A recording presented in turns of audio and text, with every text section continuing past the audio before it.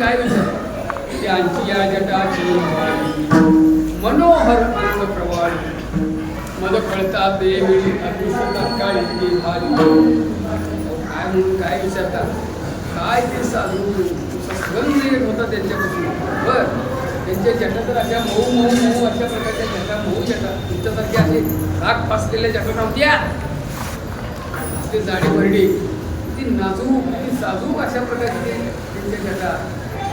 त्यांची अंगप्रवाळी कशी होती अशा प्रकारचं मुलायम असं त्यांचं शरीर असणार. आणि हे साधू तुम्हाला भेटायला आले होते. लक्ष दिलं नाही. झाली विभांडकाची वेळ आयसी करिता तळमळ तव झाला प्रातःकाळ. झाली विभांडकाची वेळ पहिला तत्काळ स्नान असं करत रात्र निघून गेली. प्रातःकाळ झाला. विभांडक ऋषींच्या अनुष्ठानाची वेळ झाली. ते आपले उठल्या त्या अनुष्ठानाला गेले. एकाकी पूर्णकृती प्रमदा आली या उठाउठी त्यासी देखवली दृष्टी करिता गोष्टी साशन. विभांडक ऋषी गेलेत म्हणजे की ते आले सगळे अप्सरा सगळे आले. आले की हा पण आला बाहेर आला. कालच्या पेक्षा तर आज थोडंसं त्याने झाडच दाखवलं म्हणजे पुढे जाऊन उभा राहायचं झाडच दाखवलं. अशा प्रकारे धैर्य धरून उभा ठाके मृग स्वभाव मागुता चमके आवडीच्या भावे अडके सगळेची फडके गजबजले. कसं तरी बळ धरून धीर धरून त्यांच्यापासून उभा राहायचा. पण हरणाचा स्वभाव असल्यामुळे मध्येच बोलायचा आणि बाजूला पाळायचा. मध्येच थांबायचा पुढे जायचा आणि पुन्हा मागं पळत यायचा. अप्सरा म्हणती करू युक्ती या जवळी मृग स्वभाव दिसती परी विषय लोभासक्ती तेने चित्त लोभावे. तीही धनत्कारीला विना तेने नाद संचरे श्रवणा मोह उपदला अंतःकरणा गमना गमन विसरला.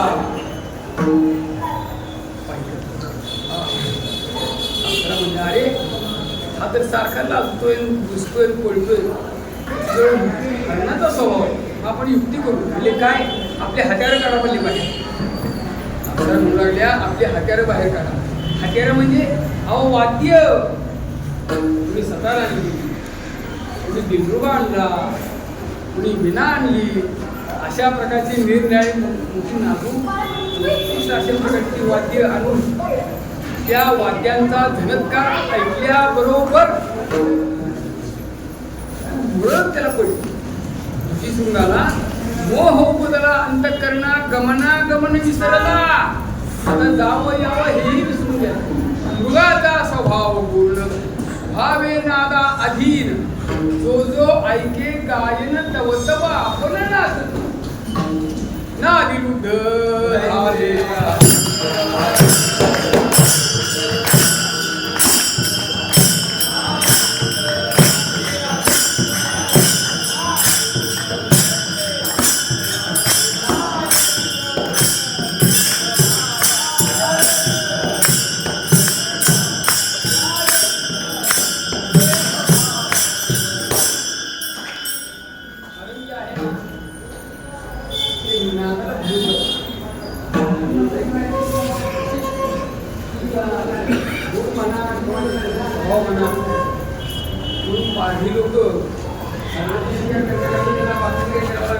मंजूळ आवाज काढायचा. त्या आवाजाला तसं हा ऋषीशृंग त्या गाण्याला वाद्यकामाला भरून गेला नादाला भरून गेला. आणि मग जवळजवळ ऐके गायन जवळजवळ आपण नाचत तू. आणि मग मात्र उद्याच म्हणायला त्यांच्या अप्सरांच्या पुढे उड्या मारू लागला आणि मग म्हणू लागला कोण तुमच्या वस्तीचे असतात कोण्याचा येथे आगमन तुमचे हृदयी व्यथा कोण गणने तीक्ष्ण दिसतात. अप्सराला म्हणू लागला अरे अहो तुम्ही कुठून आला तुमचं ठिकाण कुठलं तुम्हाला काय त्रास आहे तुमच्या छातीवर हे गणने कसलेत मोठे मोठे. या अप्सरा मोठ्या चावू त्या म्हणल्या तुझे मागात शृंग तीक्ष्ण या लागी ऋषीशृंग अभिधान आमुचे हृदयी गंडे कठीण गंडविषयी जाणं आम्हा म्हणत त्या अप्सरा मुलाने आहे तुझ्या डोक्यावर शिंग आहे म्हणून तुला ऋषीशृंग म्हणतात, तसं आमच्या छातीवर हे गंडी आहेत म्हणून आम्हाला गंडऋषी म्हण. आम्ही गंडऋषी आहेत म्हणजे आम्ही एखाद्याला गंडा घातला तो संपलंच म्हणून समजा. असं त्या मोठ्या मोहक बोलत होत्या, त्याला मोह वाढत होत्या अशा प्रकारे. मग विसरला आश्रमस्थिती, विसरला आपुली गती, यावे परतून मागुती हेही विसरला. हे स्त्रियाची संगती, ऋषीशृंग झाला वशीवर्ती, लोनिया स्त्रियावती अडीला निश्चिती अयोध्येची. त्याला आपल्या ताब्यात घेतला आणि त्याला चाळवत आपल्या बरोबर त्या अप्सरा घेऊन गेल्या. नेलं जंगलातून बाहेर पडल्या, थेट अयोध्येमध्ये आणला आणि दशरथ राजापासून घेऊन त्याला सोडला आणि सांगितलं राजा हा ऋषी काम झालं, आता आम्ही जातो स्वर्गाला. विचार निघून गेले. दशरथाने काय केलं? शांतनेचा पिता शांतनु, राजा मित्र जीव प्राणू, तो आईला पाचारून केले सुलग्न शांतनेशी. राजाने म्हणलं आटपाटपा म्हणल्या, सगळ्यांना सांगितलं नवरदेव आणलेला आहे, आता देवरीला घेऊन या, आपल्या मित्राला बोलून घ्या. त्या शांतन नावाचा जो मित्र होता त्या राजाला बोलून घेतलं. त्याची मुलगी असलेली शांतना त्याच्याबरोबर ऋषीशृंगाचा लगेच विवाह लावून टाक, बस उपमंगल त्यांचं दोघांना करून टाक. इकडं विभांडकाला आश्रमास न देखे ऋषीशृंग पुत्रास, दशरथे ठकवून गेले त्याची अतिक्रोधीची चाल. ऋषीशृंग आश्रमात विभांडक ऋषी जेव्हा आश्रमात आले आणि पाहतात तर आपले चिरंजीव दिसतच नाहीत, कुठे गेले? आश्रमात दिसत नाही, आश्रमाच्या मागं कुठे दिसत नाही, बगीच्यात दिसत नाही, इकडे पाहिलं तिकडे पाहिलं, कुठे गेलं? साधू आले म्हणून होता. खरं बोलतोय साधू काय प्रकार आहे हाही कुठे गेला काही समजायला मार्ग नाही. आणि म्हणून त्यांनी पाहिलं, समाधी लावली विभांडक ऋषी. आणि मग त्यांच्या लक्षात आलं की दशरथाने कुठं फसवून त्याला आपल्यापासून कुठं अयोध्येला नेले. आणि मग मात्र विभांडक ऋषी जो संताप आला आणि आले अयोध्येमध्ये. चाळवून आणले माझ्या बाळा, नगरी आली कायचा सोहळा, उसता झाला गोळा, भेटल्या सकाळा मार्गस्था, पार्थिक सांगते उत्तान, ऋषीशृंग मृग सुतू, त्यासी दशरथ कन्या दे तू, सोहळा लग्नाचा, सोहळा लग्नाचा लग्नाचा. विभांडक ऋषीने अयोध्येमध्ये प्रवेश केल्याबरोबर तिकडे अशा प्रकारच्या त्या ठिकाणी सडा रांगोळी, मग कमानी उभा केलेल्या, तिकडे थाटमाट चाललेला, आणि लोक अशा प्रकारचे वस्त्र प्रावरण नवे घातलेले आहेत आणि जीवन खाऊन तृप्त अशा प्रकारची लोक रस्त्यावरून चाललेली. विभांडकाने विचारलं का हो आज काय तुमच्या आयुष्यामध्ये काय कसला उत्सव चाललाय? पालखी सांगा की वृत्तांत रस्त्यावरती जाणारे लोक म्हणतात तुम्हाला माहित नाही का? म्हणजे काय अहो तो कोण ऋषीशृंग नावाचा कोणी आहे म्हणजे मुलगा, बर त्याला दशरथाने आपली मुलगी दिलेली आहे आणि त्यांचा लग्नाचा सोहळा पार पडलेला आहे, त्याचा हा सगळा सोहळा चालू म्हणजे त्याचा हा सोहळा असं ऐकुनी पुत्र विवाहासी, भांडकाची उल्हासी, संतोषला दशरथासी, प्रसन्नतेसी त्वा. आपल्याच मुलाचं लग्नाचं हे कार्य चाललेलं हे पाहिल्यानंतर वा वा वा हा चांगली गोष्ट झाली. म्हणून मग आता दशरथाने फार चांगले केले. दशरथाला कळलं विभांडक ऋषी यायला लागलेले. राजा पळतच सुटला. राजा वेगी समोर आला, धावून चरणासी लागला, अतिप्रीती आलंगेला म्हणे भला भला दशरथा. वा राजा तू योग्य अशा प्रकारची गोष्ट केलेली आहे, माझ्या मुलाचा विवाह करून दिलेला आहे. राजानं पण विभांडक ऋषीचा सन्मान केलेला आहे, पूजन केलेलं आहे. ऋषीशृंग म्हणे रायासी मी पुत्र देईल तुम्हासी, या लागे अति उल्हासी स्वय यागासी प्रवर्ता. ऋषीशृंगाने दशरथाला सांगितलं, आता मला यज्ञ करायचा आहे, मी तुम्हाला आता पुत्रप्राप्ती करून देणार आहे, त्याच्याकरता मला आता यज्ञ करायचा आहे, मला यज्ञाची सगळी सिद्धता करून दे. ऋषीनं यज्ञाला आरंभ केलेला आहे. तो इंद्रासारखा यज्ञ नव्हता, आतापर्यंत पुष्कळ यज्ञ झाले होते, पण मागे यज्ञ केले बहुनी ते पावले फळप्राप्ती.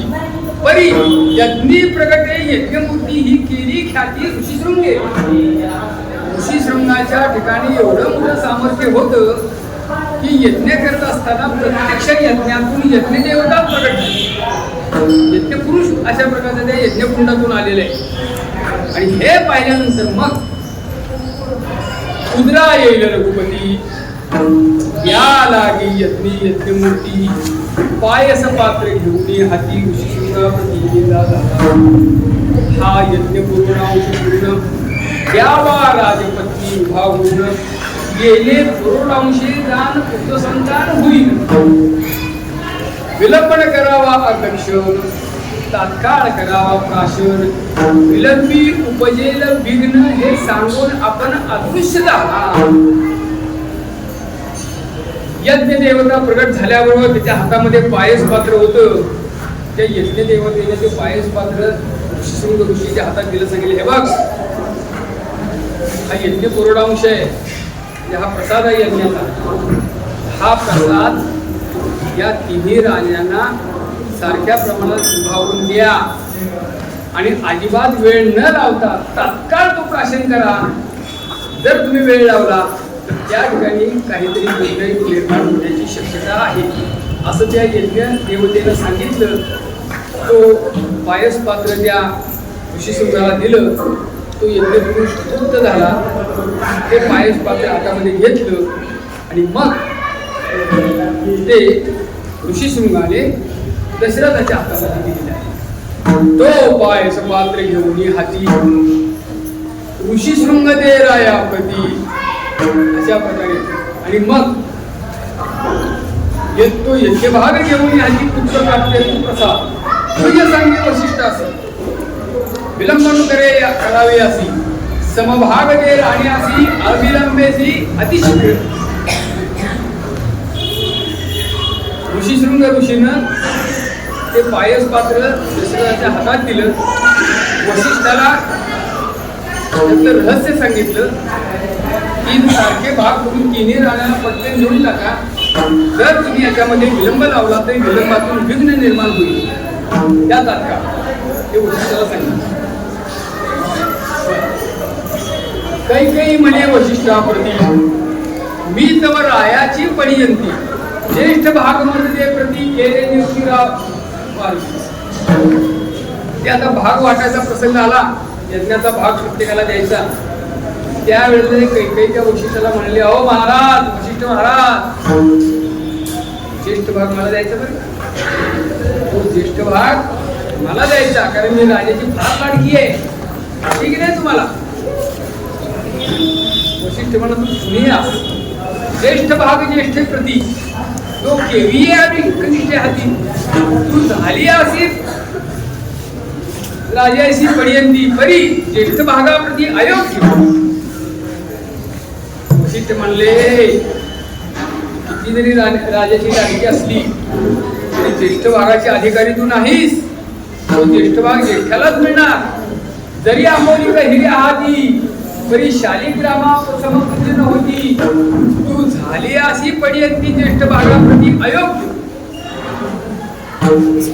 किती राजाची लाडकी अस, काही उपयोग नाही. किती मोठं रत्न असलं, अगदी मौल्यवान रत्न असू द्या, मोठं रत्न मौल्यवान असू द्या, पण किती रत्न मौल्यवान असलं तरी त्या रत्नाची बरोबरी शालिग्रामाची होईल का?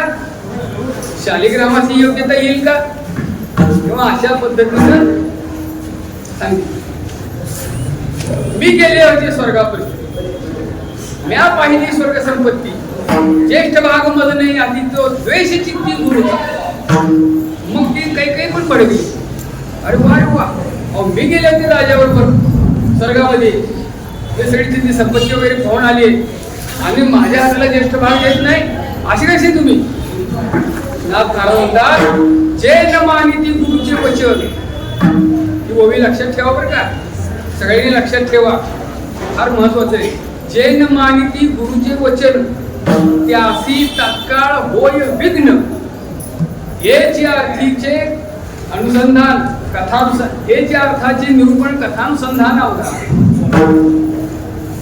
गुरुचं सांगणं जर तुम्ही ऐकलं नाही तर तुम्हाला तात्काळ विघ्न झाल्याशिवाय राहत नाही. या अर्थाचं नाथ महाराज म्हणतात की याची कथा सांगतो तुम्हाला, ऐका. न ऐकलं तर काय घडतं, जे काही नाही ऐकलं नाही वशिष्ठांचं काय परिणाम झाला पुढे सांगतात. करावया पिंड प्राशन दोही केले शुद्ध आचमन. कैकई पाहे रायाचे वदन तव विलंबी विघ्न उद्भवले. अशा प्रकारे काय घडलं मग? अहो विघ्न निर्माण झालं ना. कैकई रुसली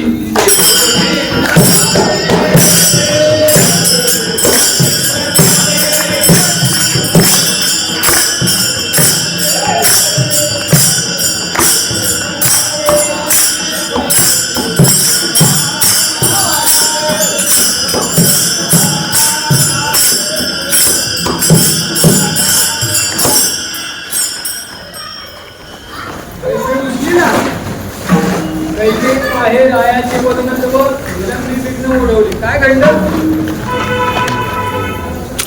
नाथ महाराज म्हणतात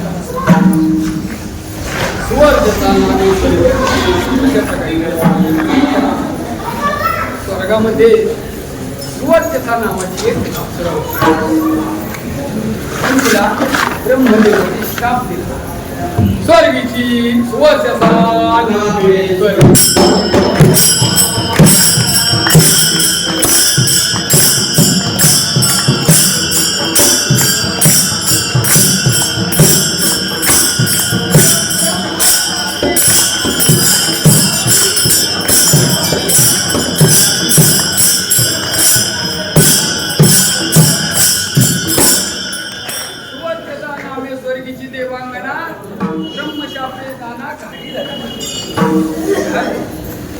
स्वर्गामध्ये ब्रह्मदेवाच्या दरबारात सुवर्चसा नावाची अप्सरा होती.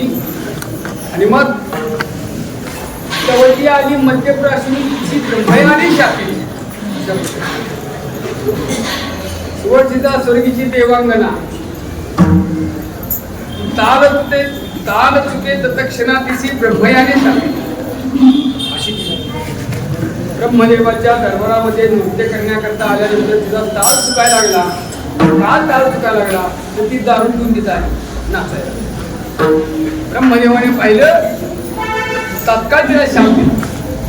काय? तू घार होऊन जाशील, घार होऊन मृत्यूलोकामध्ये जाऊन पडशील. ती घाबरली, ब्रह्मदेवाचे पाय धरले. महाराज माझ्याकडून चूक झाली, मला क्षमा करा, पण यातून मला सोडवा. ठीक आहे म्हणली.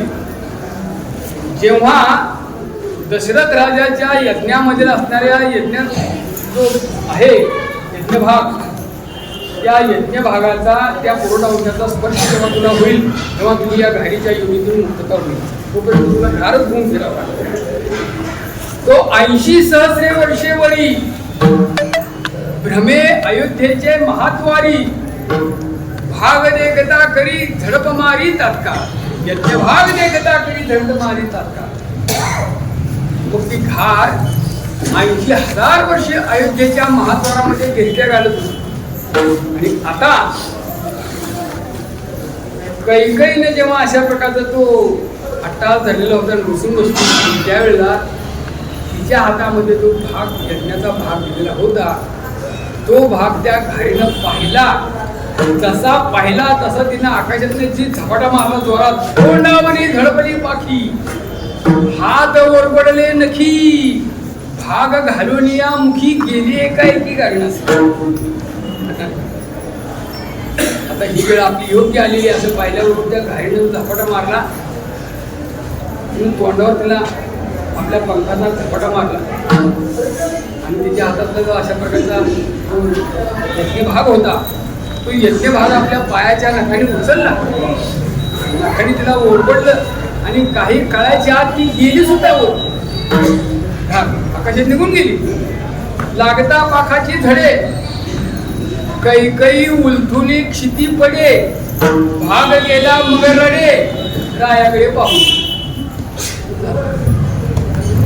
होता तो भाग घ्यायला तिचा गार घेऊन गेली आणि त्या गारीनं ओरबडलं, नख लावली, त्या पाखाचा झपाटा बसला, ती खाली पडली, लागली रडायला.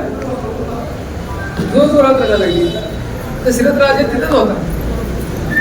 ती राजाला म्हणते, राजाची म्हणते पाहता काय, येरू म्हणे मी करू काय, तुझं गर्व आडे तिथे उपाय न चलती.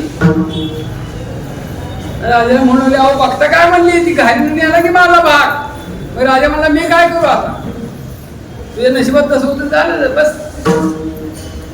मग मात्र काही फार कष्टी झाली. अरे अरे अरे, आता तुम्ही माझा भाग गेला, आता या दोघींना त्यांचा भाग मिळालेला आहे. ते आता भाग प्राशन केल्यावर त्यांना मुलं होतील, मला कोणच नाही, मी पुत्रिक म्हणून मला राहावं लागेल.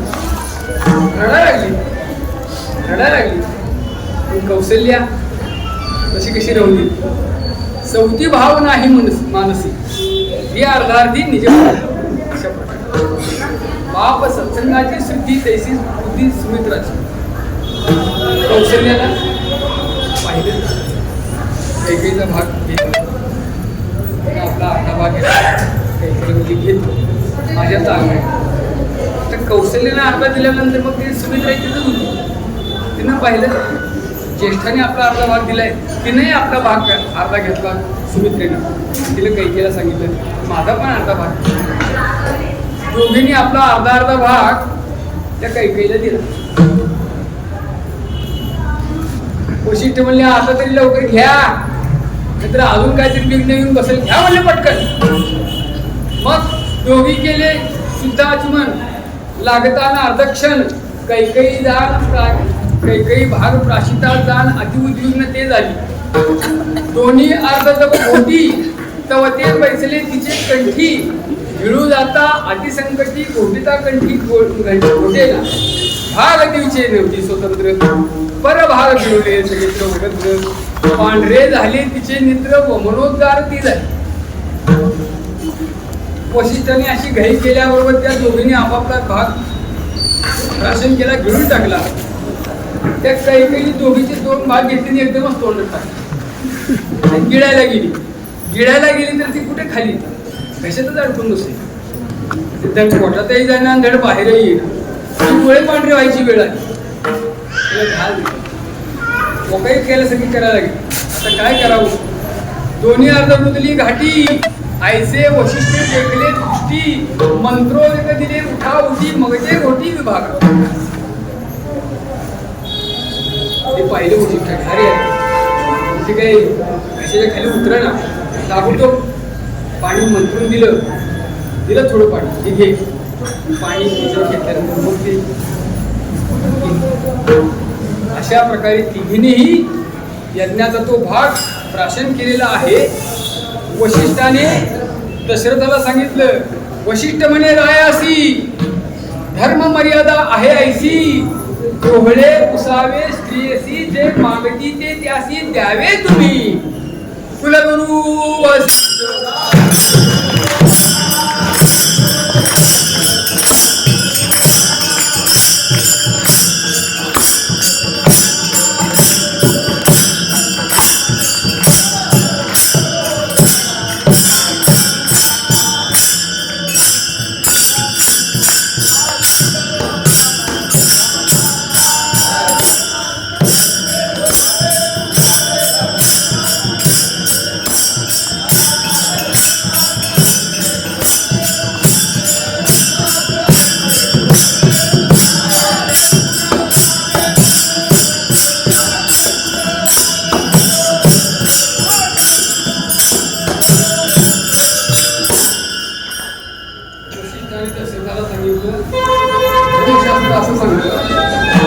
आपली पत्नी जर गरोदर असेल तर भिक्षाचे डोळे होतात, ते तिचे डोळे पूर्ण त्या पतीने केले पाहिजे.